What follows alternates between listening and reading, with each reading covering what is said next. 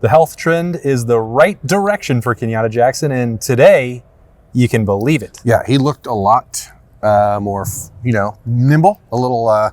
He had his full pads on. Ryan Day comment on Tuesday made me think maybe it wasn't being entirely forthcoming with us. You were a little bit worried, but we can dive into that much more because we are here on a Woody Wednesday for Snap Judgments on the Austin Birm Show. He is Jeremy Birmingham. I am Austin Ward. Had eyes on Kenyatta Jackson coming off the practice field. As Birm mentioned, he had the pads on. In Ryan Day's description, as he got up from his lightning round after practice, trending in the right direction. Short and to the point. Now, it's availability reports. It's Ohio State managing the meat of its schedule. It's going to be cautious. It's not going to put Kenyatta Jackson in harm's way. But, I think when you and I both kind of re-listened to what Ryan Day said about Kenyatta Jackson on Tuesday, and it was like, he kind of delivered bad news in an upbeat fashion. Yeah. And now I think that was positive news delivered encouragingly on Wednesday night. Agreed. Yes. Tuesday, again, you'll hear about this on tomorrow morning's episode of The Beat because we're recording these in reverse order today. But I've reread what he said on Tuesday. I was like, that doesn't sound entirely positive. And then, again, we were waiting to see what happened to practice on Tuesday, which we weren't here for. But today, on Wednesday, in the Woody, we got to see him walking in. He was one of the last guys off the field. He was in full pads, and there was nothing. So should be okay, I think. Now, the question is, as to your point, that doesn't mean a guy's going to be able to go 100%. Doesn't mean he's going to be out there full time. Doesn't mean he's going to play at all. But trending in the right direction is better than what I felt on Tuesday. Yeah, and I do think that there's a scenario where Ohio State is better equipped to absorb that loss in the short term. There is no other Kenyatta Jackson on this roster, but there are a lot of positive things being talked about with the reps that Logan George got on Saturday against Minnesota. Bo Atkinson has been elevating his play. He was one of the Buckeyes that talked after practice on Wednesday night as well. Zion Grady made a couple tackles in the game on Saturday. So, you're maybe in this situation where Ohio State is always going to err on the side of caution, especially during the regular season. We've seen that over and over and over at a variety of positions, but, particularly given the physical demands at defensive end, if it's close, they don't have to force the issue because I think that the depth at defensive end, whether that is with those three guys that I mentioned or some configuration that involves a new role for Arvell Reese or sliding Peyton Pearson at linebacker, I think that they're better situated to get through this stretch against Illinois and Wisconsin than maybe I would have thought 2 weeks ago, 3 weeks ago. Yeah, and Illinois is one of those teams in the Big Ten that their sum is probably better than their parts.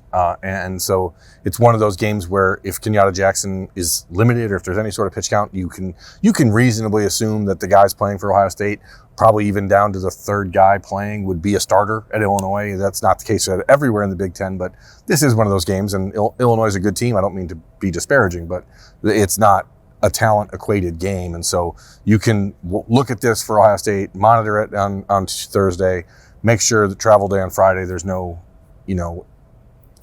extra problems that show up, and then rock and roll. Yeah, and I think that in terms of newsiness, that is where it almost starts and ends for Ohio State on this Wednesday night practice. They had the speakers on.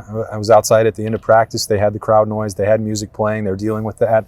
I don't know that it's certainly not Washington in terms of the noise, and there's going to be a huge amount of Ohio State fans, it looks like, that are going to be traveling based on the hotel rates, and a lot of people that are talking about the ticket prices that were available to them. So, this matchup is certainly different. Tomorrow on The Beat, Three Things Thursday, we'll get into that much more.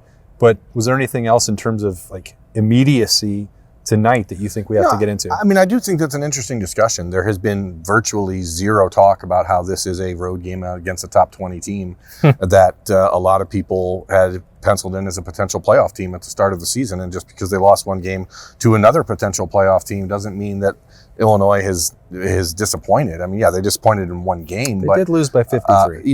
That certainly changes some of the way people view them. But there hasn't been any discussion about how do you prepare for this road game. And Ryan Day, they have music going, but I bet it wasn't as loud as the music that when they were preparing for Washington. I don't think it was. Right. So, again, that's anecdotal. I didn't take out the decibel meter with me. It's also like, well, that was the first road game. Now you've experienced it. How much of that is just like a first timeness thing where you have to discuss it a bunch and you have to talk to your guys about it and prepare them. And now you can say, well, you guys are road-weary veterans now. You've done it once. You're not a freshman anymore. Yeah, so like first time this is gone. But it is still a part of the discussion. It's not one of the Big Ten cross-country flights in 3 time zones or anything like that. But it's still weird to play a football game at 11 a.m. when you haven't done that since you were 5 years old, probably, for a lot of these guys. Yeah, no doubt about that. So we talked to Jeremiah Smith and Max Clair and Josh Padilla on the offensive side of the football. Had Arvell Reese and Peyton Pierce talking for the defense. Am I missing one? I feel like Bo Atkinson. Yep. So a pretty good mix. Several different positions preparing for this matchup physically against Illinois. Like, as you mentioned, this is a good team. They had playoff aspirations, and they still do. They're not eliminated from the Big Ten race. They have 1 loss on the resume. It is grotesque and ugly and hideous and horrifying. But if you can cancel that out with a win against Ohio State, I think a lot of people would forget about that in a hurry. So Ohio State they're well aware of that, that Illinois is capable of, when they are at their best, giving them a challenge. And I think, Max Clair and Peyton Pierce specifically, talked about that. They can see where the challenges are going to be, and they've got to rise up to that moment. They have to be, let me think. They've got to be desperate, and they've got to be hungry. Yeah, which you are at 11 a.m. Yeah, a lot of times. I mean, body clock, so it'll be lunchtime. Yep, you got to eat. This was not a group, and we joked about it before we came on the air and before we got to the school earlier, but we know on a week-to-week basis, is this a night when something might get said that's ooh, or a little juicy? There really wasn't any of that tonight until Peyton Pierce said something that I thought was interesting. I was hoping that you would. There was a lot of discussion this evening about the Ohio State defense and how it's growing. And so a lot of people, of course, wanting to give Matt Patricia flowers as you're getting ready. And Peyton Pierce was asked about how much he speaks with Matt Patricia. And he said that he probably talked more with Matt Patricia in the first 2 days that Matt Patricia was working at Ohio State than he talked to what he called the former defense coordinator in the whole time he was here. And I was like, I appreciate him, The DC out east? The DC out east. He didn't have any problem saying, hey, that it's a much different relationship. And he didn't say the name, didn't want to, and it's interesting because, I don't think Peyton Pierce would be here if that former defense coordinator hadn't gone and saw him play. So it's an interesting sidebar to, again, that's something that's probably going to come back up in 2 weeks more so than it's interesting tonight. But it is a telling reminder of what Matt Patricia's impact has been on this team and the way that, because the one thing that Peyton said was that Matt Patricia's mantra is that it's not even about the process, it's about the people, it's about the company, it's about who you're doing the process with.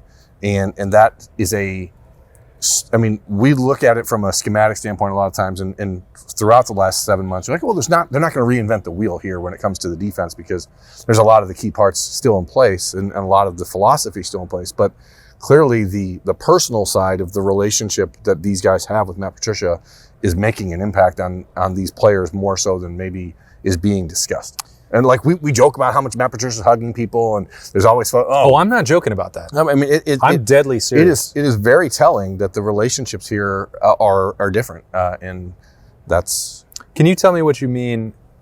You mentioned maybe Peyton Pierce wouldn't be here if it had not been for the DC out east. I've always been of the mindset that the James Laurinaitis relationship. Sure. But James Laurinaitis wasn't the full-time linebacker coach at that point, so it was. But he couldn't go out recruiting. He couldn't do a lot of the stuff that Jim Knowles had to go and approve it. Jim Knowles had to say, "This is a linebacker I want." And looking back, we'd probably think, Jim Knowles was not a dynamic recruiter by any stretch when he spent his 3 years at Ohio State.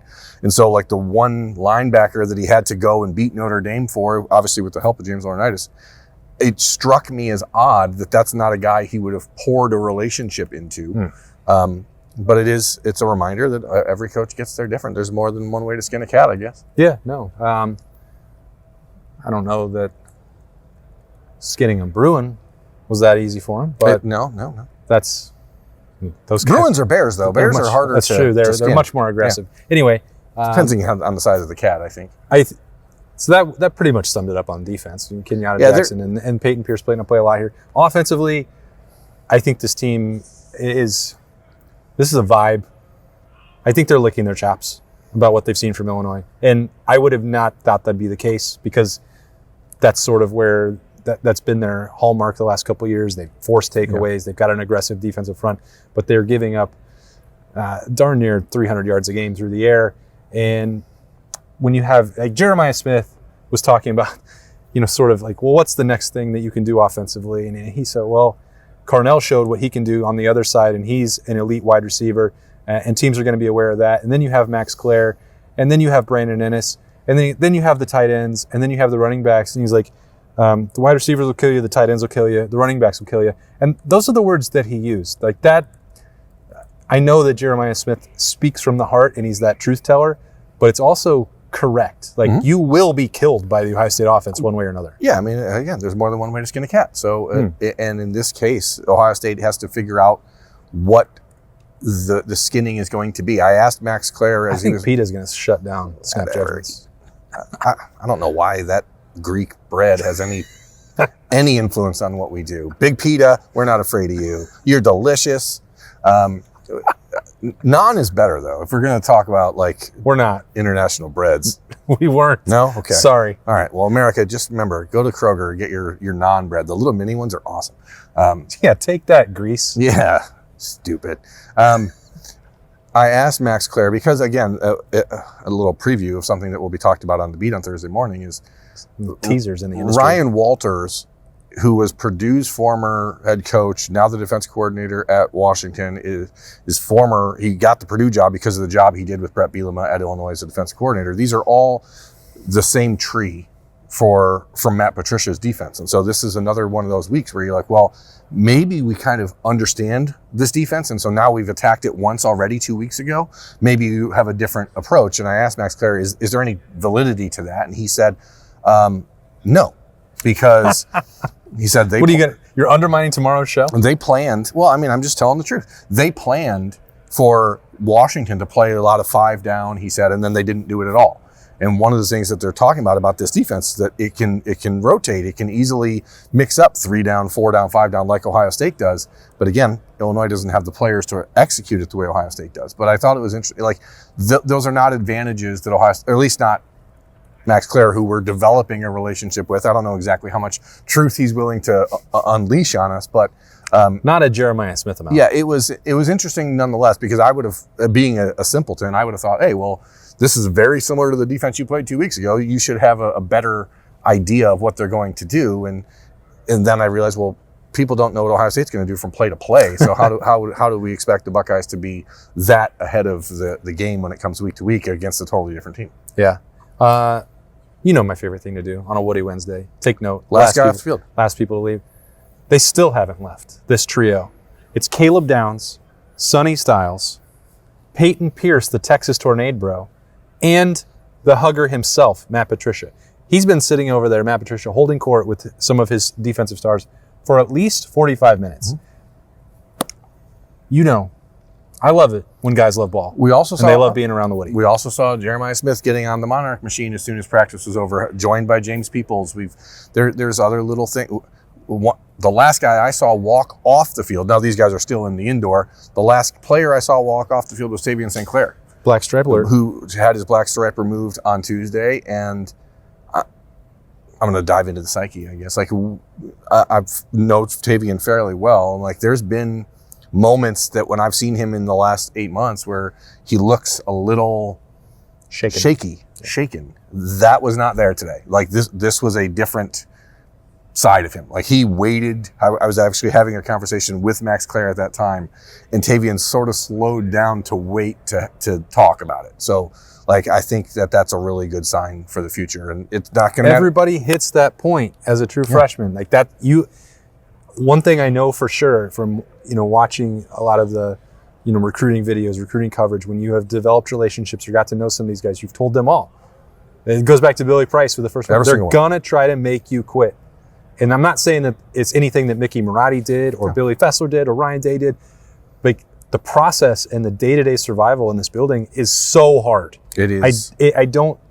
No one can fully appreciate that until they're in it. I can't. I just know from experience and hearing the stories, all 1,000 of them over the last 15 years, that you're either gonna quit when you reach that breaking point, or you're gonna break through, and they're gonna be talking about you, and they're gonna put you up there for the developed here stuff. And so it is very significant and meaningful for these guys when they get, it's not just a black stripe. It's like the moment that you realize that you can do it. It's a reminder. Ohio State's played Tavian St. Clair in a football game this year. So like, it's not like the black stripe is just entirely perfunctory or entirely just window dressing. Like, it means something. Even though they've played him in a game, they still have questions. That black stripe removal is a reminder of trust. And that's something Ryan Day talked about first thing tonight, was about trust. He talked about it on Tuesday in his press conference also. Like, it's about trusting the coaches and trusting that the players need to trust the coaches. Coaches need to trust other coaches. Coaches need to trust players. And Tavian St. Clair, I'm telling you, it was different. Like, that was a kid who was like exhaling for the first time in 9 months. And it's not going to matter for this season for Ohio State. It may not matter next season because Julian Sain will have another year of eligibility, or 2 or 3, which we can talk about the CJ Hicks conversation and the evolving nature of that in a moment. But it was just different. And then, again, going back to the Peyton Pierce conversation, he said that the reason that the relationship with Matt Patricia is important is because it helps them trust that he's got their best interest at heart. And I'm not saying that there was questions about Jim Knowles and the best interest at heart for Ohio State players, but we have been in this building enough to know that a lot of stuff does not get said by accident. It is just what they're thinking. It's pretty interesting. I just want Tavian to get a shout out because I think people are comparing him to other freshman quarterbacks around the country, and his path is not going to be the same as anyone else. It was never going to. It was never needed to be. And that's the need is the biggest part, that like for a young quarterback coming into a program like this, you see all the success and you think, well, it's just going to be easy for me to have success. And it's not. I don't care how talented you are. I don't care how big your upside is. He's been in this building since last December and spent his entire spring break here as a high school senior, and the entire summer here heading into his senior year. And it still takes this long to get to the point where the coaching staff says, you know what, you can take that black stripe off. We trust you now. And that is so important. And it was very obvious to me that Tavian St. Clair had a different pep in his step and a different look in his eye. And I think that, like, there comes a point when you start to wonder, like, okay, is this guy going to get it? And now, like, you see it and you're like, okay, got it. But once you get it, once you think you got it, then you're going to get it. So you asked me on Snap Judgments on Tuesday if I thought that Ryan Day was more annoyed about the redshirt conversation with Malik Hartford and CJ Hicks than I expected, or what I anticipated, or what I thought to be the case or the reality for those two. And I said, yeah, he did seem more annoyed, and maybe it was more complicated and complex than it was initially presented. And then on Wednesday night, he was asked about it again. And I would say if he was a 9 on Tuesday, he was like a 10 on Wednesday. Yeah, but the assignment of irritation has shifted a little. Like, it's the NCAA. He said, the NCAA is talking about 5 years to play 5. Yeah, he lumped in a new level of frustration. Right. So like, it's like, well, we don't know. Maybe CJ actually has 5 years of eligibility, but the NCAA doesn't do anything on a time schedule that actually helps anybody that's playing the game. So clearly, again, deflecting the notion that it is a decision that's been permanently made, saying, well, if he needs to play 20 snaps next week, he's going to play. If he's going to play 25 or 30 snaps, he's going to play. The conversation, and maybe it's just because of the way these questions are couched, none of the times that these questions have been asked in the last 2 days has it involved Malik Hartford beyond the initial voicing of the question, where he's just included. Which make of that what you will. But it is interesting that Ryan Day now is saying, hey, there's a chance that CJ doesn't even need to redshirt because he can still play another year anyway. And he said that they were going to take that week to week based on what they were projecting. He said if CJ Hicks for a game is only going to play on special teams, then they're not going to waste a year on that. Now, unfortunately, that did already happen in year 1 for him on campus, but there's nothing that can really be done about that now. But and this is not excluding Malik Hartford from the conversation as a slight on him, but if you look at the actual snaps that those two players have played, CJ Hicks, that was a month and a half ago that he had Arch Manning in his grasp and he was throwing him to the ground. I don't know how that pass still got off, but he's coming around the corner. He was on the penultimate, the final snap for Texas of that game on a 4th down and pressuring the passer. He has been involved. I think that is why this is new territory and why it is worth discussing.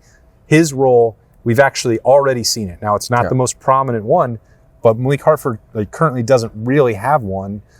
There was no rotation at all between him and Jalen McClain in those early games, and there hasn't really been since. Yeah, but it's a role that was getting more prominent because of Kenyatta Jackson's injury issues. Yeah. And, I don't know if it's a coincidence that the decision or the conversation came right after Kenyatta's game at Washington, where all of a sudden it looked like the light came on and you're like, okay, we actually are good here because this is the Kenyatta we've been waiting for. But then Saturday happened and he missed another game. And so CJ is on the sideline wondering should I get my helmet or not? So he needed to get more pads. Nothing ostensibly has changed about the messaging from Ryan Day, which is we're taking this week to week. But it was notable that they are kind of waiting for the NCAA to suggest or to confirm that there's going to be 5 years of eligibility for these kids instead of 4 years of eligibility in 5 years. It's just going to be 5 because guess what? If the Buckeyes make it to the Big Ten championship game and the playoffs and the national championship game, CJ Hicks is going to play 9 games anyway. It's incredibly dumb because 4 games is a third of the season anyway for everybody. Yeah. I can't even, every time. It's a quarter of the season for anybody who makes it to the national championship. And then you can play the playoff games and it doesn't count anyway. So you might get 9 games out of a guy and they go, well, this season didn't count for him. If you think we're bad at math, get a load of the NCAA. They're stupid. So dumb. So on this episode of Snap Judgments, PETA, eat it. NCAA, you suck. Eating pita is a good idea. I like pita bread. Yeah. Again, I was not talking about that organization. I want to be very clear. No, thank you. I'm talking about the bread. Give me that bread. Straight up. Straight up. Thanks for joining us for Snap Judgments on a Woody Wednesday on the Austin Birm Show. We added too many titles, I think. Whatever. So Thursday is the beat at 5 a.m. 3 Thoughts Thursday. Probably have a little talking stuff in the afternoon just to recap last weekend's official visits. Ohio State won't be playing back at home for 3 weeks, so there's not going to be a lot of content to discuss on the recruiting front. But folks had visits. Folks did have visits, and they were important. And then Friday morning, we're off on the road to Rhode Island. Illinois. We're going to Champaign, Illinois. That's where we're going. We'll have bold predictions on that show Friday morning on the beat. Looking forward to that. Thanks again for joining us, whether that's on 97.1 The Fan, 10 TV, 10 TV Plus, Apple, Spotify. Apparently Roku, I was told, is another option. Yeah, I think Amazon has their own Prime podcast. I mean, you can find it anywhere. It's really up to you, America. So, make your choice. Make your pita sandwich, sit down and pick your platform. I don't think it's called a pita sandwich. What is it called? I think it's just a pita pocket. You fill it and you eat it. A sandwich is like 2 pieces of bread. Right, America? Right, Greece? Back me up. We've gone off the rails. This is the end of Snap Judgments on a Woody Wednesday. Tacos are just hot dogs. I don't know what that means. We'll see you later.